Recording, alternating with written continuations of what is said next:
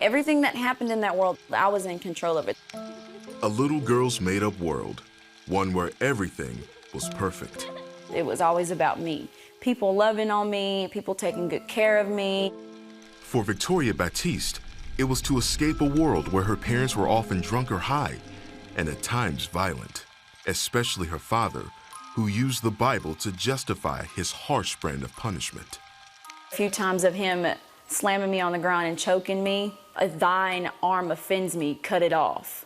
Like he was saying that I'll just cut you off and leave you behind. Then there was the verbal abuse, the constant reminders of how she was never good enough. I hated myself, kind of felt like maybe something was wrong with me.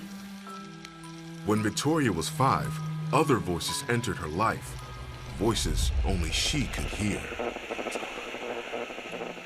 They started to tell me that I'm special and I'm not like other people and I can never be accepted.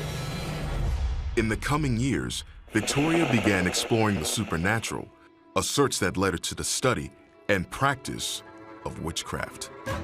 All the while, there were the voices, encouraging her, leading the way.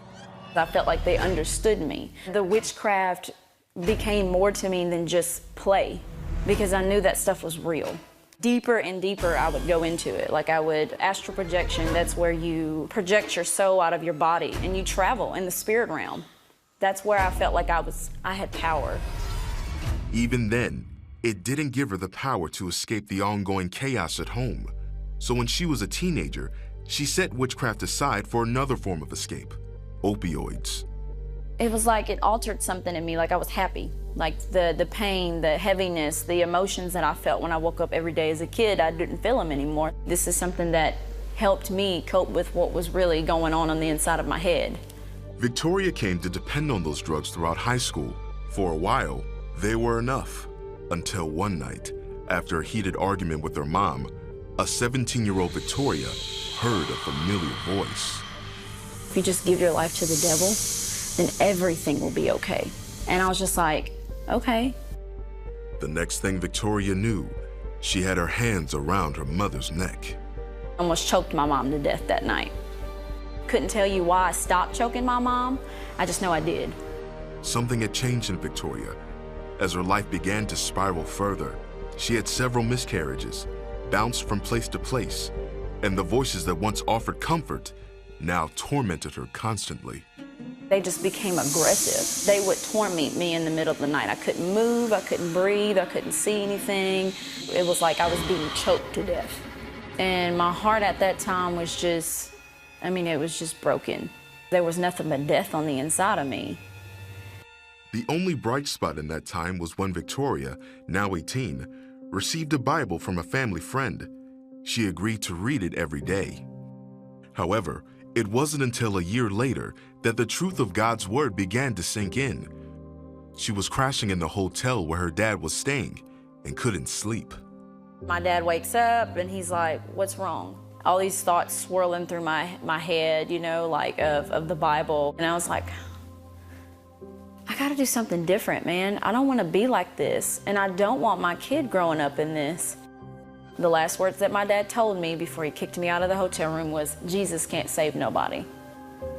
And I was at a point in my life where I just didn't believe that no more. On the streets with nowhere to go, Victoria again heard a voice, a different voice that said, "Go to the church." My shoes broke. I literally just broke down in tears. And I was just like, devil, giving up is not an option. I'm not doing this anymore. In that moment, I felt like that's when I destroyed my contract with him. When she reached the church doorsteps, Victoria fell to her knees and cried. Several church members arriving for the service asked if she was okay. I said, no, I'm 19 years old. I'm 3.5 months pregnant. I don't have nowhere to go.